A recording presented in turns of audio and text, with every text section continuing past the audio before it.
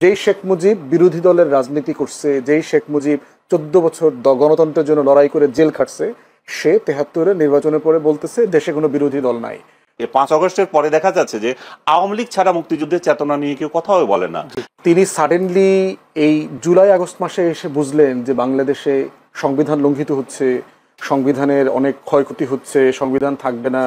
উনি 16 বছরে এতগুলো জাতীয় নির্বাচন, স্থানীয় নির্বাচন ম্যানিপুলেশনের সময় ওনার মাথায় কি এটা আসে নাই যে বাংলাদেশে সংবিধান ক্ষুণ্ণ হচ্ছে?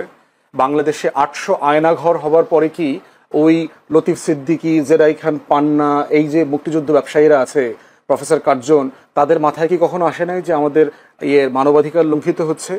গুম, খুন, হত্যা, গণহত্যার পর গণহত্যা হয়েছে গত 16 বছর, massacre after massacre, genocide after genocide হয়েছে। ওনাদের তখন কি মনে হয় নাই যে বাংলাদেশে সংবিধান লঙ্ঘিত হচ্ছে? ওনাদের মনে হয় নাই যে ক্ষমতার উৎস জনগণ বলবার পরেও বাংলাদেশে সেই জনগণকে আওয়ামী চেতনা দ্বারা আবৃত্ত করে রাখা হয়েছে? ওনাদের মনে হয় নাই যে শত শত বিলিয়ন ডলার প্রতি বছর লুটপাট হচ্ছে কিন্তু সংবিধান লঙ্ঘিত হচ্ছে? ওদের কাছে মনে হয় নাই? সাডেনলি কেন গত জুলাই আগস্টে এসে ওনাদের মনে হইতেছে যে আমাদের তো এই সংবিধান নাই, সংবিধান লঙ্ঘিত হচ্ছে, অত কিছু একটা করা দরকার? প্রশ্ন হচ্ছে এইটা হইল প্রপার চেতনা ব্যবসা, এবং চেতনা ব্যবসা করে নগদে তারা ধরা খাইছে। ব্যবসাটা করতে গিয়ে ভুল টাইমে ব্যবসাটা করছে। এমন একটা সময় এই ব্যবসায় পুঁজি ইনভেস্ট করছে যেই সময় এই ব্যবসাতে ভাটা চলতেছে, জোয়ারের জমানাতে ছিল না।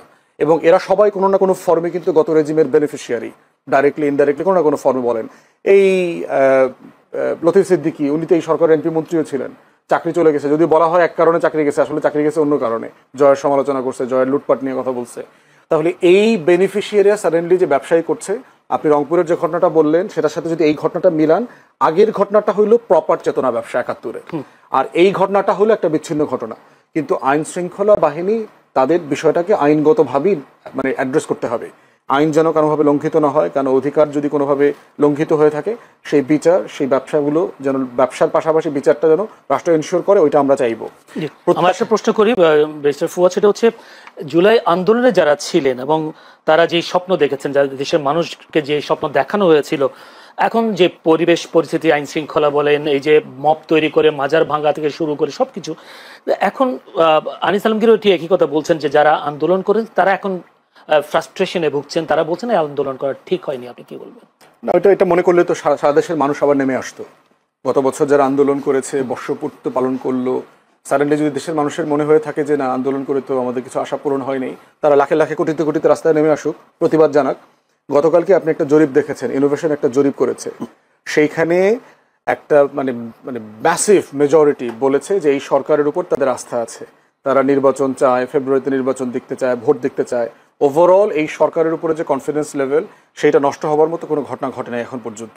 প্রত্যাশা এমন একটা জায়গার একটা কন্টিনিউয়াস প্রসেস। আনিস ভাইদেরকে মাথায় রাখতে হবে, আওয়ামী লীগ গত 16 বছরে যা যা ধ্বংস করে দিয়ে গেছে, সাডেনলি 1 বছর 13 মাসে এসে তার প্রত্যেকটা ভবনকে উচ্চ স্কাইস্ক্রাইপার বানানো সম্ভব না, এটা প্র্যাকটিক্যাল না। কিন্তু প্রশ্ন হচ্ছে রুট ঠিক আছে কিনা, যাবার পথ ঠিক আছে কিনা, সেখানে এই যাবার জায়গাগুলোতে কোনো ভুলভ্রান্তি হচ্ছে কিনা, বাড়াবাড়ি হচ্ছে কিনা, সেটা নিয়ে কন্টিনিউয়াসলি আমাদেরকে ঠিক করতে হবে, কন্টিনিউয়াসলি সমালোচনা করতে হবে। কিন্তু আপনি যদি বলেন যে আমার আমার আমার আমার হাজার হাজার লক্ষ লক্ষ এমপ্লয়মেন্ট কেন হচ্ছে না, আপনি একটা ইকোনমিকে ধ্বংস করে মাটিতে মিশাই দিয়ে গেছেন, আর মিশানোর পরে আপনি দাবি করছেন যে কই আমার এখানে জব হচ্ছে না কেন। একটা কান্ট্রিতে কখন এফডিআই আসে, কখন বিদেশি বিনিয়োগ আসে, কখন এখানে জব ক্রিয়েট হয়, এটা তো একটা প্রসেস আছে। এখানে তো আলাদিনের চেরাগ নাই যে ইনুস সাহেব ওনার চেরাগটা, ল্যাম্পটা অন করে দিচ্ছে আর এখানে লাখ লাখ জব তৈরি হয়ে গেছে। এইখানে কন্টিনিউয়াসলি গত 4 বছর ধরে এফডিআই মানে নাই, ক্লোজ টু জিরো। এখানে আপনার রিজার্ভ গত 5-7 বছর থেকে জিরোতে ছিল। গত 4 বছর পরে প্রথমবার দেখলাম এই মাসে আমার রাষ্ট্রের ব্যালেন্স অফ পেমেন্ট দিতে, লেনদেন, বিদেশি দেনা পাওনা শোধ করতে তাকে স্ট্রাগল করতে হয়নি, তার সাফিসিয়েন্ট ফান্ড আছে। তাহলে এইরকম একটা জায়গায় আমি বিদেশি বিনিয়োগ কীভাবে আশা করবো, যেখানে গণতন্ত্র নাই, গুম খুনের স্বর্গরাজ্য হয়ে গেছে, আপনি বিরোধী দল নিশ্চিহ্ন করে দিয়েছেন, নির্বাচন ব্যবস্থা ধ্বংস করে দিয়েছেন, দেশে বিদেশে কারো টোটাল 40টা ব্যাংক রেড জোনে চলে গেছে। সেই আলাপটা না তুলে, এসালমের সাথে এসালম যে আমার পুরো ইন্ডাস্ট্রি ধ্বংস করে দিয়ে গেছে, সেই আলাপটা না তুলে আপনি যদি এখন আশা করেন যে এগুলো থেকে এখন আমাদের ইনভেস্টমেন্ট হচ্ছে না কেন, টাকা তো আছে, ব্যাংকও বলছে সাফিসিয়েন্ট এলসি করবার মতো, ইনভেস্টারদেরকে দেওয়ার মতো টাকা আছে, কিন্তু ইনভেস্টার তো নাই। আপনার টোটাল প্রসেস তো ডিসরাপ্টেড হয়ে গেছে। টোটাল এই অলিগার্ক চোর, এই চোরেরা তো এখন ঘুরে বেড়াইতে পারছে না, তারা তো একটা মানে গা ঢাকা দিয়েছে, শেল্টার খুঁজতেছে। কদিন আগে দেখলাম যে বড় বড় আওয়ামী চোররাও দেখলাম বিভিন্ন মিটিংয়ে বড় বড় রাজনৈতিক দলের পাশে দাঁড়ায় দাঁড়ায় ফটো সেশন করছে। এইটা সময় লাগবে, দুইটা কাজ করছে। আমি একটু যেতে চাই আবার আনিস আলমগীরের কাছে। আনিস আলমগীর, আমরা দেখেছি আসলে যখন মুক্তিযোদ্ধা, বিশেষ করে ৫ আগস্টের পরে মুক্তিযোদ্ধাদের উপর হামলা হয়েছে দেখেছি, কাউকে জুতার মালা পরাতে দেখেছি কুমিল্লায়, সেদিকে নির্বাচন কমিশনার প্রধান তাকেও গলা জুতার মালা পরানোর ঘটনা দেখেছি। তখন আমরা বলতে শুনেছি বা সুশীল সমাজকে বলতে শুনেছি মুক্তিযোদ্ধাদের উপর একটা অপমান হচ্ছে, অত্যাচার করা হচ্ছে, মুক্তিযোদ্ধাদের সম্মানহানি করা হচ্ছে। কিন্তু আমার প্রশ্ন হলো যে 2014, 18, 24 সেই নির্বাচনগুলোতেও তো মুক্তিযোদ্ধারা ছিলেন, তারাও নির্বাচিত হয়েছেন। তারা কি কখনো বলেছেন যে মুক্তিযোদ্ধারা এই কাজটা অন্যায়?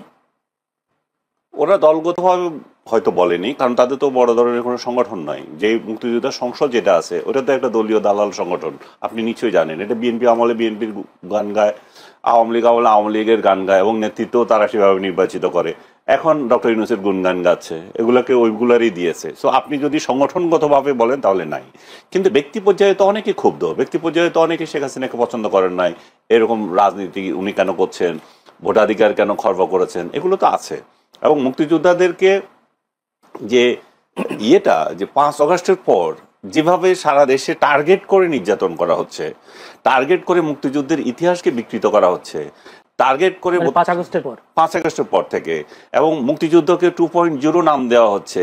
তো সবকিছু তো একটা চক্রান্তের মধ্যে হচ্ছে যে স্বাধীনতা 71 সাল মুছে দিতে হবে। এখন নতুন স্বাধীন হয়েছে, আমরা নতুন করে 47-এর পরে আমরা স্বাধীনতা পেয়েছি। সো নতুন নতুন ন্যারেটিভ তৈরি হচ্ছে। তো এগুলাতে মুক্তিযোদ্ধারা ক্ষুব্ধ বা মুক্তিযুদ্ধের সপক্ষের লোকজন ক্ষুব্ধ। এবং এটাকে যদি চেতনা বলা হয়, যে চেতনার ব্যবসা যদি বলা হয়, তাহলে এটা একটা ভুল কনসেপ্টে যাবে। যেমন জুলাই আলারা যেমন করছে চেতনার, আপনি যেটা বললেন কোথায় জানি জুলাইয়ের একদম চেতনা ব্যবসা করছিল, সে এগুলো হচ্ছে চেতনা। কি তো দোকান থাকে না যে আপনি কিনে নেবেন? চেতনা কি মানে একটা নীতি আদর্শ। সে যদি মুক্তিযুদ্ধের নীতি আদর্শ যদি এগোতে থাকে, আপনার তো সেখানে বলার কিছু নাই। আরেকজন যদি জুলাইয়ের আদর্শে বিক্রি করতে থাকে, জুলাইয়ের আদর্শে উদ্বুদ্ধ হয়ে, সেখানে তো আমাদের কোনো আপত্তির কিছু নাই। কারণ জুলাই নিয়েও তো অনেকগুলো, ফুয়াদ বলছিলেন যে কোনো ইয়ে হয় নাই না, এখানে চেতনার ব্যবসা, যদি জুলাই চেতনার ব্যবসা খুব জমজমাট চলতেছে। জুলাই চেতনা নামে নানা ব্যানার বের হয়ে শাহবাগে অমুক জায়গায় তমুক জায়গায় মিছিল করতেছে। যত মানে জুলাইয়ের পরে যত অপকর্ম, যত মব সংস্কৃতির সাথে জড়িত, সবগুলো কিন্তু জুলাই নাম দিয়ে হচ্ছে। জুলাই ছাড়া কি কোনো একটাও হয় নাই। যত মব করছে এগুলো দেখবেন, যে আপনি খেয়াল করে দেখবেন রাজনৈতিক দলগুলোর হয়তো সংখ্যা আছে, কিন্তু এই যে মবগুলোর একটা ব্যানার থাকে, এটাতে জুলাই আছে। কারণ জুলাই দিয়ে এরকম জুলাই সাংবাদিক, চেতনা সাংবাদিক, জুলাই শাহবাগ সাংবাদিক, শাহবাগ চেতনা, এইভাবে এদের নাম আছে কতগুলো। আমি সবগুলোর নাম মনে করতে পারি না। এগুলো সব এমন সব লোকজনরা এগুলোতে আছে, প্রমিনেন্ট কেউ না, কিন্তু তারা সমাজে এখন বড় বড় হতাকর্তা হয়ে অন্যকে হুমকি দেয়, এরে দেখিয়ে নিব, ওরে দেখিয়ে নেব। সো চেতনা আমি ওইভাবে দেখি। এটা তো কোনো দোকান না যে এটা ব্যবসা করবে। আর চেতনা এমন একটা জিনিস না যে আপনি লিখে রাখলেন সেটাতে কিছু হয়ে যাবে। আপনি জুলাইয়ের পরে 5 আগস্টের পরে চেতনা দেখছেন নাকি আসলে এর আগেও কোনো চেতনার ব্যবসা ছিল? চেতনার ব্যবসা অবশ্যই ছিল, আওয়ামী লীগ আমলও ছিল, এই আমলও ছিল। কিন্তু বিষয়টা হচ্ছে যে আপনার কেন চোখে লাগছে? চোখ লাগছে কারণ নতুন স্বপ্ন, নতুন বাংলাদেশ। নতুন বাংলাদেশ না, চোখে লাগছে কারণ হচ্ছে যে একটা গোষ্ঠীকে আপনি টার্গেট করছেন। জুলাই চেতনা আওয়ামী লীগ বিক্রি করেছে তার ইয়েতে। এখন লোকজন বলতেছে যে আওয়ামী লীগ যে জুলাই চেতনা বিক্রি করেছে, মুক্তিযুদ্ধের চেতনা যে বিক্রি করেছে, দ্যাট ওয়াজ রাইট। কারণ এখন দেখা যাচ্ছে যে 5 আগস্টের পরে দেখা যাচ্ছে যে আওয়ামী লীগ ছাড়া মুক্তিযুদ্ধের চেতনা নিয়ে কেউ কথাও বলে না। বিএনপি আজ মুক্তিযুদ্ধের একটা দল, সেখানে একজন শহীদ প্রেসিডেন্ট জিয়াউর রহমান বাংলাদেশের স্বাধীনতার ঘোষক বলা হয়, কিন্তু তার দল মুক্তিযুদ্ধ নিয়ে কোনো কথা বলে না। মুক্তিযোদ্ধাদের অপমান নিয়ে, বঙ্গবন্ধুকে অপমান নিয়ে, 32 নম্বর ভাঙ্গা নিয়ে তারা কোনো কথা বলে না। তারা বরং রুমিন ফারহানা তো আর দলীয় না, এটা তো দল থেকে বলছি, যেমন দল যে আফল করা, সেটাকে তারা ইয়ে করছেন না। তো তাহলে দেখা যাচ্ছে যে আপনি মুক্তিযুদ্ধকে আঘাত করছেন বলেই এটা প্রশ্ন আসছে। এবং এখন মানুষ উপলব্ধি করছে যে আওয়ামী লীগ যে চেতনা করতো এবং সেটা ঠিকই ছিল, কারণ তারা ছাড়া চেতনার কথা বলারও লোক নাই এখন। যদি যেমন ফুয়াদ, যদি বা আনিস আলমগীর ভাইয়ের বক্তব্যটা যদি বলি, যে জুলাই যে চেতনা এখন চলছে, এই চেতনা দিয়ে প্রমাণ করে বিগত সময় আওয়ামী লীগের যে মুক্তিযুদ্ধের চেতনা, এটা সঠিক ছিল। এবং মুক্তিযুদ্ধের চেতনা এই কারণে ছিল যেহেতু এখন মুক্তিযুদ্ধকে কেউ কেউ বিলুপ্ত করবার চেষ্টা করছে। কি বলবেন? প্রশ্ন হচ্ছে যে এটা আনিস ভাই তার পরের স্লটে কাইন্ডলি বলবেন যে আসলে মুক্তিযুদ্ধকে ছোট করা, হেয় করার চেষ্টা কে করেছে? বাংলাদেশের পুরো ইতিহাস জুড়ে যদি দেখেন, মুক্তিযুদ্ধকে সবচেয়ে বেশি ছোট করেছে আওয়ামী লীগ, শেখ মুজিব, শেখ হাসিনা, শেখ পরিবার। কি কি ছিল মুক্তিযুদ্ধের চেতনা? আমরা কেন যুদ্ধ করেছি? 70-এ একটা নির্বাচন হয়েছে, যেই নির্বাচনে আওয়ামী লীগ, পূর্ব পাকিস্তান আওয়ামী লীগ ভোটে জিতেছে। সো গণতন্ত্রের মূল্যবোধ কি? আপনি তাকে ক্ষমতা দেবেন, না দিয়ে কি করলেন? একটা যুদ্ধ চাপিয়ে দিলেন, আমরা যুদ্ধ করতে গেলাম। তাহলে নির্বাচন, 69-এর গণ অভ্যুত্থান, 66-র 6 দফা, 71-এর যুদ্ধ, সবকিছুর মুদ্রা চেতনার মূল জায়গাটা ছিল কি? এই রাষ্ট্রটা একটা গণতান্ত্রিক রাষ্ট্র হবে। শেখ মুজিব দেশে ফিরে এসে সরকারের দায়িত্ব নিলেন, শপথটা পর্যন্ত পড়েন নাই নিজে, কিন্তু সে সিংহাসনে বসছে, সে কিন্তু রাষ্ট্রের প্রেসিডেন্টের দায়িত্ব নেন নাই। দ্বিতীয়ত হইল 73-এর নির্বাচনের সময় আওয়ামী লীগ এবং শেখ মুজিব যা বলেছে, 293টা সিট নিছে। জাসদকে পিটায়া পাটায়া কেন্দ্র থেকে ব্যালট হেলিকপ্টারে করে চুরি করে ঢাকায় না গুইনা নির্বাচন ঘোষণা করছে। বঙ্গভবনে গিয়া বলছে দেশে কোনো বিরোধী দল নাই, শেখ মুজিব বলছে। যেই শেখ মুজিব বিরোধী দলের রাজনীতি করছে, যেই শেখ মুজিব 14 বছর গণতন্ত্রের জন্য লড়াই করে জেল খাটছে, সে 73-এর নির্বাচনের পরে বলতেছে দেশে কোনো বিরোধী দল নাই। সেই শেখ মুজিব বাংলাদেশে 4র্থ সংশোধনী করে বাকশাল জাতীয় দল কায়েম করছে। সেই শেখ মুজিব বাংলাদেশে সকল পত্রিকা গণমাধ্যম নিষিদ্ধ করে দিয়েছে। সেই শেখ মুজিব দেশের সকল রাজনৈতিক দল বিলুপ্ত করে দিয়েছে, ইনক্লুডিং আওয়ামী লীগ। আওয়ামী লীগকে সে বিলুপ্ত করে দিয়েছে। তাহলে যেই কারণে আমরা 6 দফাকে আমাদের মুক্তির দলিল বলেছিলাম, যেই কারণে 69-এ গণ অভ্যুত্থান হইল, যেই কারণে পূর্ব পাকিস্তান আওয়ামী লীগকে 70-এর নির্বাচনে মানুষ ভোট দিল, যেই কারণে আপনার 71-এ যুদ্ধ হইল, লড়াইতে এই তাজউদ্দিনের প্রবাসী সরকার সবাই মিলে যুদ্ধ করলো, তার প্রত্যেকটা ফাউন্ডেশন স্টোনকে এই শেখ পরিবার, শেখ মুজিব, আওয়ামী লীগ ধ্বংস করে দিয়েছে 72 থেকে 75-এ। ঠিক একই জিনিস